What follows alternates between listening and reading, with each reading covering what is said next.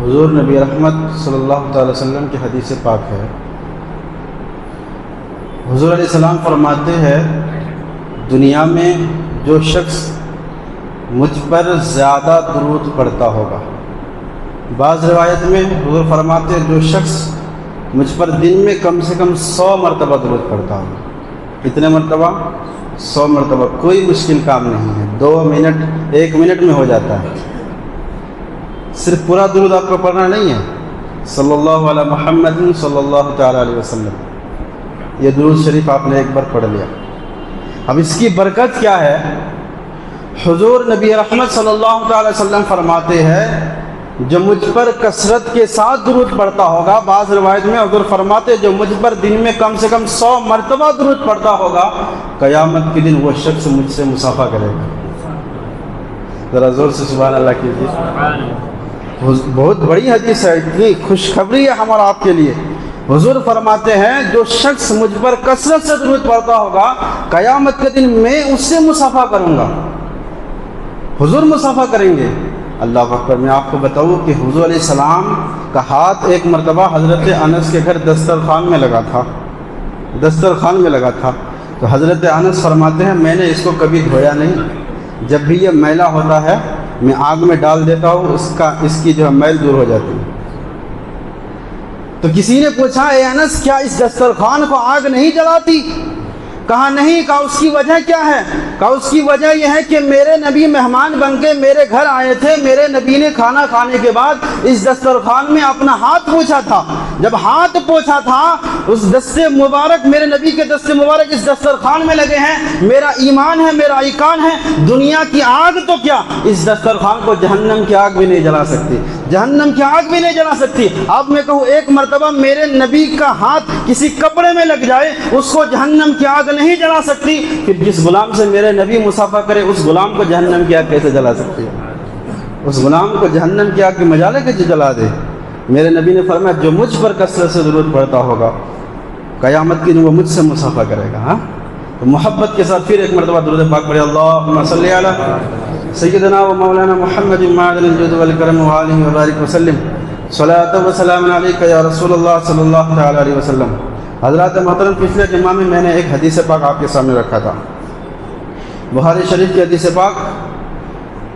آپ کو یاد بھی ہونا چاہیے کہ میں نے تفصیل کے ساتھ آپ کے سامنے ان باتوں کو رکھا تھا کہ حضور نبی رحمت صلی اللہ تعالیٰ علیہ وسلم کی حدیث پاک ہے. حضور نبی رحمت صلی اللہ تعالیٰ علیہ وسلم فرماتے ہیں قیامت کا دن ہوگا، نفسی نفسی کا عالم ہوگا، لوگ پسینے میں ڈوب رہے ہوں گے، سورج جو ہے سر کے قریب آ گیا ہوگا، زمین تانبے کی ہو گئی ہوگی، جہنم کی آگ پیچھا کر رہی ہوگی، اور سارے لوگ نبیوں کے پاس جائیں گے. کبھی حضرت آدم کے پاس، حضرت موسیٰ کے پاس، حضرت عیسیٰ کے پاس، سب کے پاس جائیں گے، حضرت ابراہیم کے پاس. تو نفسی نفسی کا عالم ہوگا قیامت کے دن. کوئی ایک دوسرے کا پرسان حال نہ ہوگا. دوست آپس میں دشمن بن جائیں گے، ماں بہن کا رشتہ ختم ہو جائے گا، باپ بیٹا کا رشتہ ختم ہو جائے گا. صرف ایک رشتہ رہے گا، وہ میرے نبی پاک صلی اللہ علیہ وسلم سے جس نے رشتہ جوڑا اسی کا رشتہ باقی رہے گا. تو میں کہتا ہوں کہ قیامت کا وہ بھیانک دن ہوگا، لیکن میرے نبی فرماتے ہیں کچھ 7 قسم کے ایسے خوش نصیب ہوں گے اللہ تعالیٰ ان لوگوں کو اپنے عرش کا ٹھنڈا سایہ عطا فرمائے گا. اللہ رب العزت عرش کا سایہ عطا فرمائے گا. اللہ اکبر. اب وہ 7 قسم کے کون سے لوگ تھے؟ پہلا میں نے بتایا تھا کہ عادل حکمراں، جو انصاف کرنے والا بادشاہ ہوگا اس کو اللہ تعالیٰ قیامت کے دن عرش کا سایہ عطا کرے گا. آپ انصاف کا دامن تھامیے انصاف کیجیے، اس لیے کہ بہت سارے بے شمار اس دنیا میں اب تک بادشاہ گزر چکے ہیں، ان کا نام و نشان مٹ گیا، ان کا نام بھی آج ہم لوگ نہیں جانتے. بہت بڑے بڑے بادشاہ تھے، نام و نشان سب کچھ مٹ گیا. لیکن آج بھی مدینے کی گلیوں میں جا کے عمر فاروق کی عدالت کے بارے میں پوچھیں گے نا تو مدینے کی گلیاں گواہی دے گی. مدینے کی گلیاں گواہی دے گی حضرت عمر فاروق رضی اللہ تعالیٰ عنہ نے کس طرح عدل و انصاف کیا. تو ہر جگہ آپ عدل و انصاف کیجیے. اگر آپ کے ماتحت گاؤں ہے تو گاؤں میں عدل و انصاف کرنا ہے، آپ کے ماتحت گھر ہے تو گھر میں آپ کو جو ہے عدل و انصاف کرنا ہے، آپ کے 2 بیٹے ہیں دونوں میں عدل و انصاف کرنا ہے. عدل و انصاف کا دامن آپ کو ہمیشہ تھامے رکھنا ہے. جنہوں نے عدل و انصاف کیا آج بھی ان کا نام باقی ہے. ایک واقعہ میں آپ کو بتاؤں، حضرت سلطان محمود غزنوی، یہ بہت بڑے بادشاہ گزرے، آپ کو معلوم ہے. حضرت سلطان محمود غزنوی رحمۃ اللہ علیہ کی بارگاہ میں ایک عورت آئی دوڑتے ہوئے، اور وہ بیوہ عورت تھی اور غیر مسلم تھی۔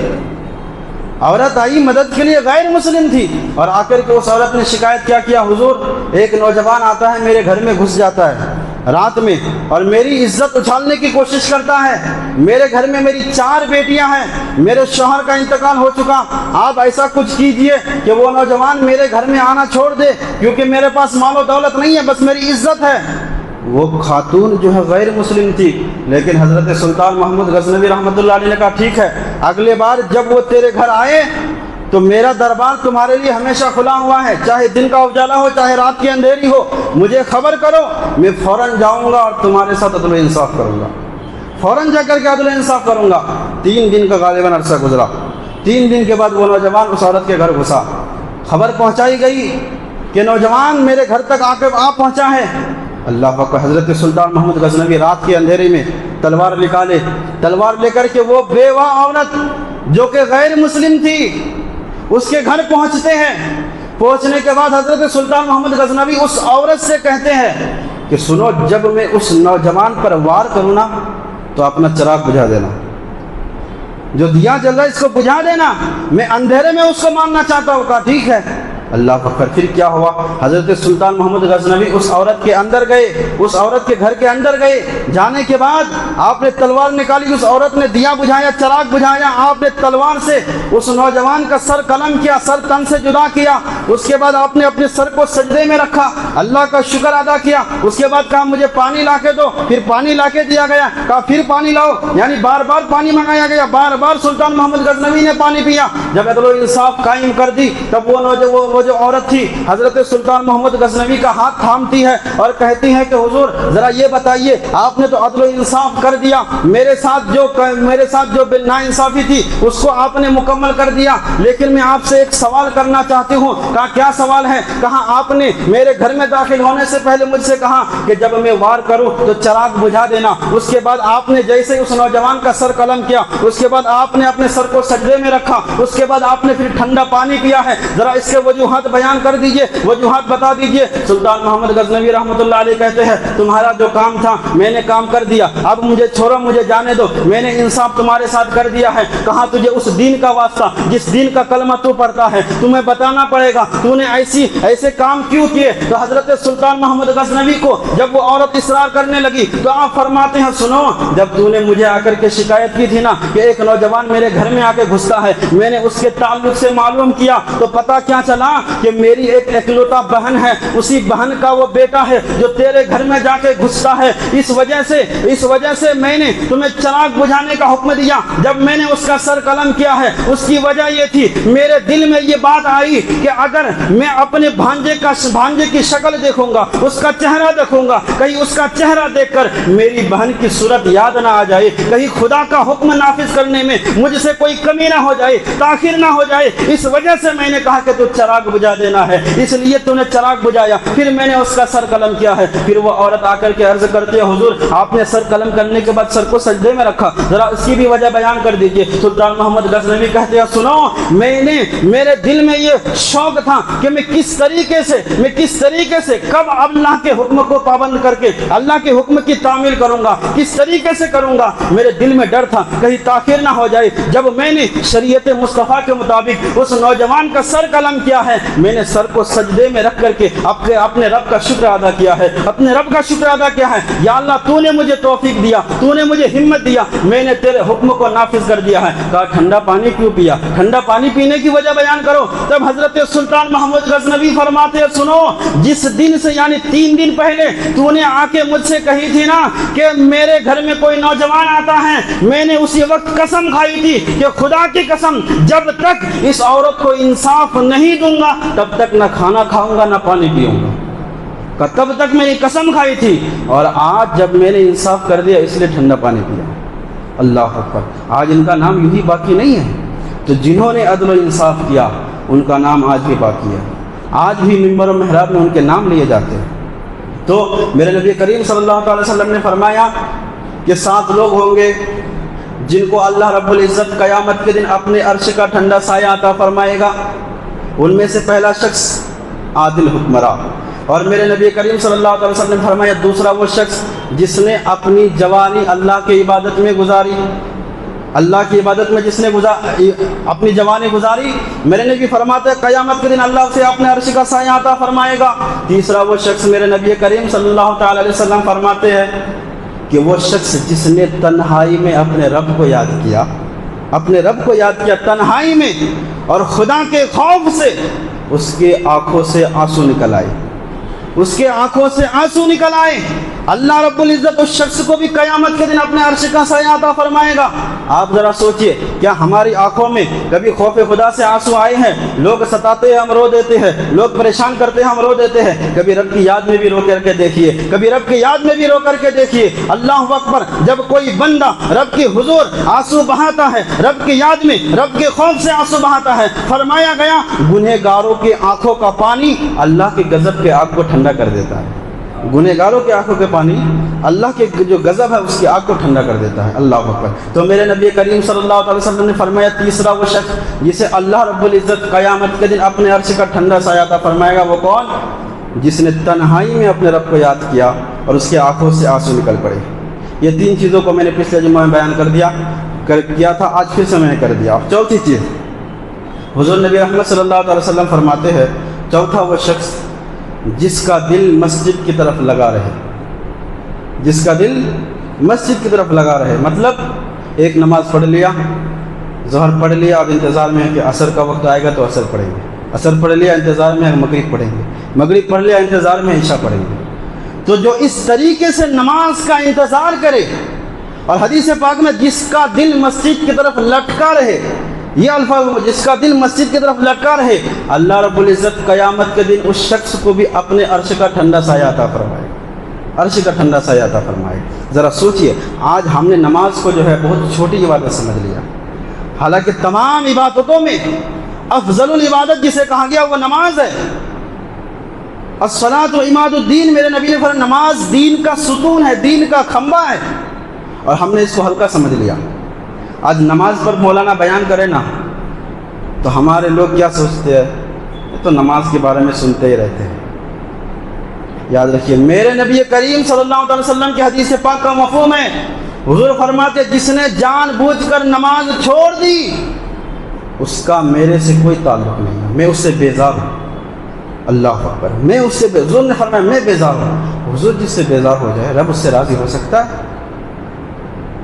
تو نماز کی اہمیت کو ہم سمجھے، اور جب کوئی بندہ نماز پڑھتا ہے نا، نماز کی پابندی کرتا ہے، اور میں تمہیں ایک بہت بڑی پیاری حدیث ہے، حضور نبی رحمت صلی اللہ تعالی وسلم کی حدیث پاک کا مفہوم ہے، فرمایا گیا جو بندہ دنیا میں نماز کی پابندی کرتا ہوگا، ایک نماز پڑھ لیا دوسرے کا انتظار کرتا ہوگا، دوسرے نماز کے وقت کا انتظار کرتا ہوگا، میرے نبی کریم صلی اللہ تعالی علیہ وسلم کی حدیث پاک کا مفہوم ہے، میرے نبی فرماتے ہیں جب اس شخص کو موت آئے گی، مرنے کے بعد اسے قبر میں رکھ دیا جائے گا، قبر میں رکھنے کے بعد سارے دوست احباب، سارے رشتہ دار اس کو قبر میں رکھ کر کے واپس آ جائیں گے۔ فرمایا گیا کہ فرشتے ان سے سوال کرنے کے لیے آئیں گے، لیکن جب وہ بندہ قبر میں اس کو رکھ کر کے لوگ آ گئے ہوں گے، جب وہ بندہ قبر میں اٹھے گا تو اس کے لیے عصر کا وقت ہوگا، یعنی ایسا لگ رہا ہوگا اس کے لیے قبر میں چاہے کسی بھی وقت میں اس کو موت آئے، لیکن قبر میں جب وہ پہنچے گا تو اس کے لیے عصر کا وقت ہوگا، اور وہ اٹھے گا، اٹھنے کے بعد جلدی وضو کے لیے پانی تلاش کرے گا، قبر میں وضو کے لیے پانی تلاش کرے گا، فرشتے جو سوال و جواب کے لیے آئے ہوں گے ان سے کہے گا ہٹو ہٹو، نماز کا وقت نکلا جا رہا ہے، مجھے نماز پڑھنی ہے، مجھے نماز قائم کرنی ہے۔ اللہ اکبر، فرشتے حیرت میں رہیں گے کہ یہ کون سا بندہ ہے کہ مرنے کے بعد بھی نماز کو نہیں بھولا ہے، یہاں بھی نماز کی پابندی کرنے کے لیے وضو کے لیے پانی تلاش کر رہا ہے۔ اتنے میں وہ بندہ کیا دیکھے گا، ایک بہت ہی حسین و جمیل دلہن اس کے قبر میں موجود ہوگی، اس کے قبر میں ایک دلہن موجود ہوگی۔ وہ بندہ کہے گا یار سب کوئی مجھے چھوڑ کے چلے گئے، ماں باپ بھائی بہن دوست احباب سارے رشتہ دار مجھے چھوڑ کے چلے گئے، آخر تو کون ہے جو قبر کی اندھیری میں میرے پاس آ کر کے بیٹھی ہو، تمہارا نام کیا اور کیوں آئی ہو؟ تب وہ دلہن کہے گی سنو، جو دنیا میں تو قائم کرتا تھا نا وہ میں تمہاری نماز ہوں، جو تو نماز کی پابندی کرتا تھا میں تمہاری نماز ہوں۔ آج دلہن کی شکل میں اللہ نے مجھے تیرے قبر میں بھیجا ہے، اور سنو قیامت تک میں یہی رہوں گی اور تیری خدمت کرتی رہوں گی۔ یہ نمازیوں کو صلہ ملا جو نماز پڑھتا ہوگا دنیا میں۔ اللہ اکبر۔ تو بہرحال تو جس کا دل مسجد کی طرف لٹکا رہے جس کا دل ایک نماز ختم ہونے کے بعد دوسری نماز کا انتظار کرے کہ مجھے نماز پڑھنی ہے۔ حضور نبی رحمت صلی اللہ علیہ وسلم فرماتے ہیں قیامت کے دن اللہ تعالیٰ اسے اپنے عرش کا سایہ عطا فرمائے گا۔ عرش کا سایہ عطا، جب کوئی سایہ نہ ہوگا عرش کا سایہ عطا فرمائے گا۔ اس لیے مسجد میں آئے، اللہ کی بارگاہ میں سجدہ کیجیے، رب کی بارگاہ میں توبہ کیجیے، گناہوں کو یاد کیجیے۔ فرمایا گیا جب کوئی بندہ اپنے گھر سے مسجد کی طرف چل کے آتا ہے اور مسجد کی طرف پہنچ کر کے رب کی بارگاہ میں سجدہ کرتا ہے، فرمایا گیا جتنے قدم اس کے گھر سے لے کے مسجد تک ہوتا ہے، اللہ ہر قدم کے بدلے میں اسے نیکی عطا فرماتا ہے۔ ہر قدم کے بدلے میں نیکی۔ یہ مسجد میں آنے کی فضیلت ہے۔ اور جو آ کر کے کوئی نماز پڑھے تو اس کو کیا فضیلت ملتی ہے؟ حضور نبی رحمت صلی اللہ علیہ وسلم کے حدیث پاک میں حضور فرماتے ہیں اے لوگو، اگر تمہیں پتہ چل جائے نا جب تم سجدے میں ہوتے ہو، جب تم اپنے رب کے حضور سر کو سجدے میں رکھ کر سبحان ربی الاعلیٰ پڑھتے ہو، اگر تمہیں معلوم ہو جائے رب کی رحمتیں تم پر کتنی برستی ہیں، قیامت تک تم اپنے سر کو سجدے سے اٹھاؤ ہی نہیں۔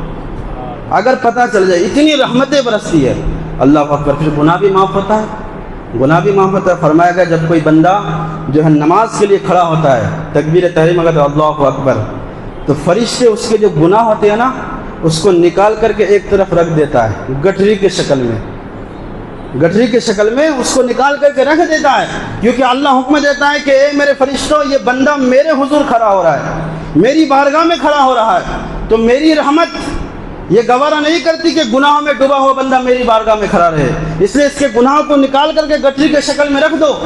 پھر اس کے گناہوں کو نکال دیا جاتا ہے، رکھ دیا جاتا ہے، وہ نماز پڑھتا ہے رب کی رضا کے لیے خلوص و للہیت کے ساتھ نماز کی پابندی کرنے کے بعد جب وہ بندہ گھر کی طرف روانہ ہوتا ہے، فرشتے کہتے ہیں یا اللہ یہ جو گناہ میں نے نکال کے رکھا ہے نا آپ پھر سے اس کے سر پر ڈال دو، کیا پھر سے اس پر یہ گناہ ڈال دیا جائے؟ تو رب فرمائے گا میری رحمت اس بات کو گوارا نہیں کرتی کہ گناہ نکالنے کے بعد پھر سے میں اس کو گنہگار بنا دوں، جاؤ میں نے اس کے سارے گناہوں کو معاف کر دیا۔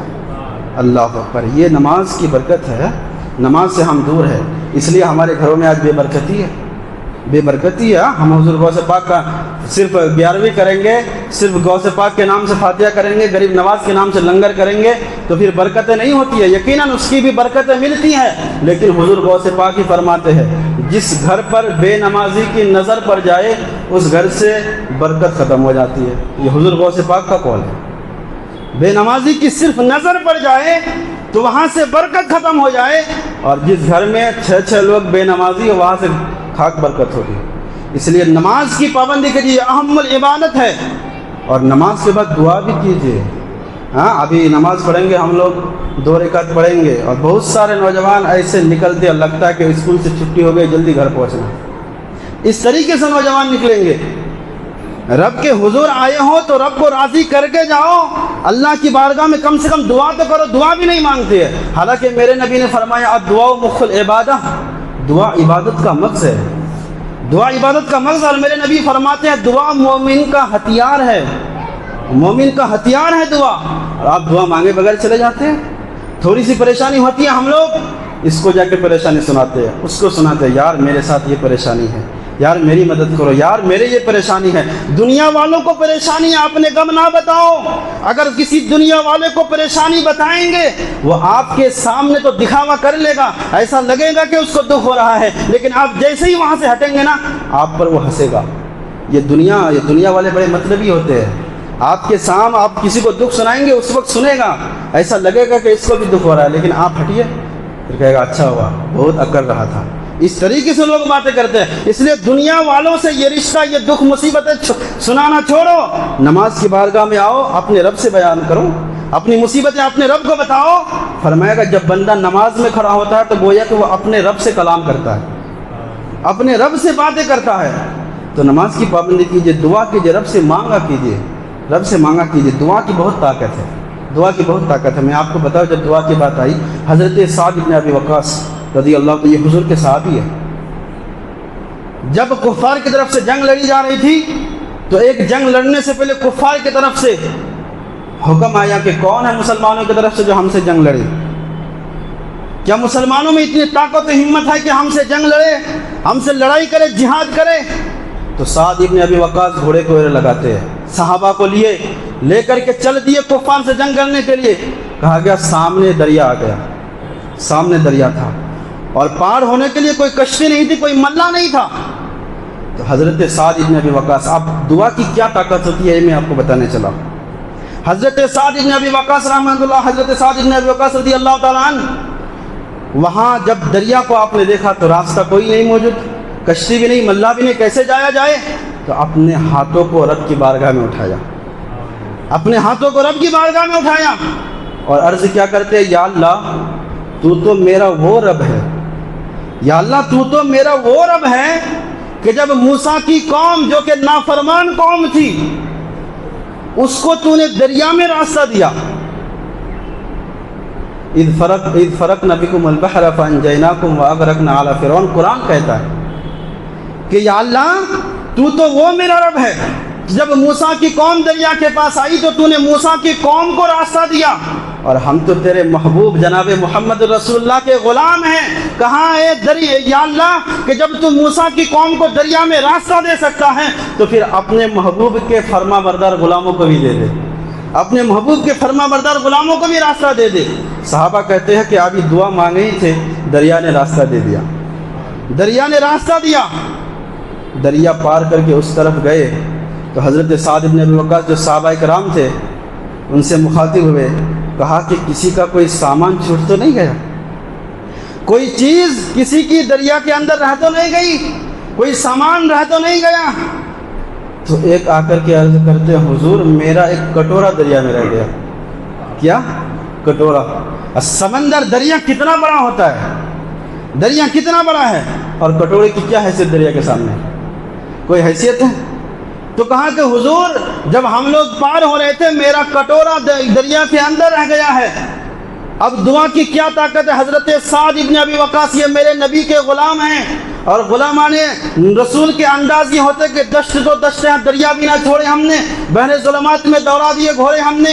اس دریا کی طرف مخاطب ہوئے, اس دریا سے بات کرنے لگے, اے دریا اگر تو واقعی رب کے حکم سے چلتا ہے تو سنو, اسی رب کے محبوب کے غلام کا ایک کٹورا اس دریا میں رہ گیا ہے, اگر تو رب کے حکم سے چلتا ہے وہ کٹورا واپس کر دے. اتنا کہنا تھا, ایک لہر آتی ہے وہ کٹورا بھی باہر آ جاتا ہے.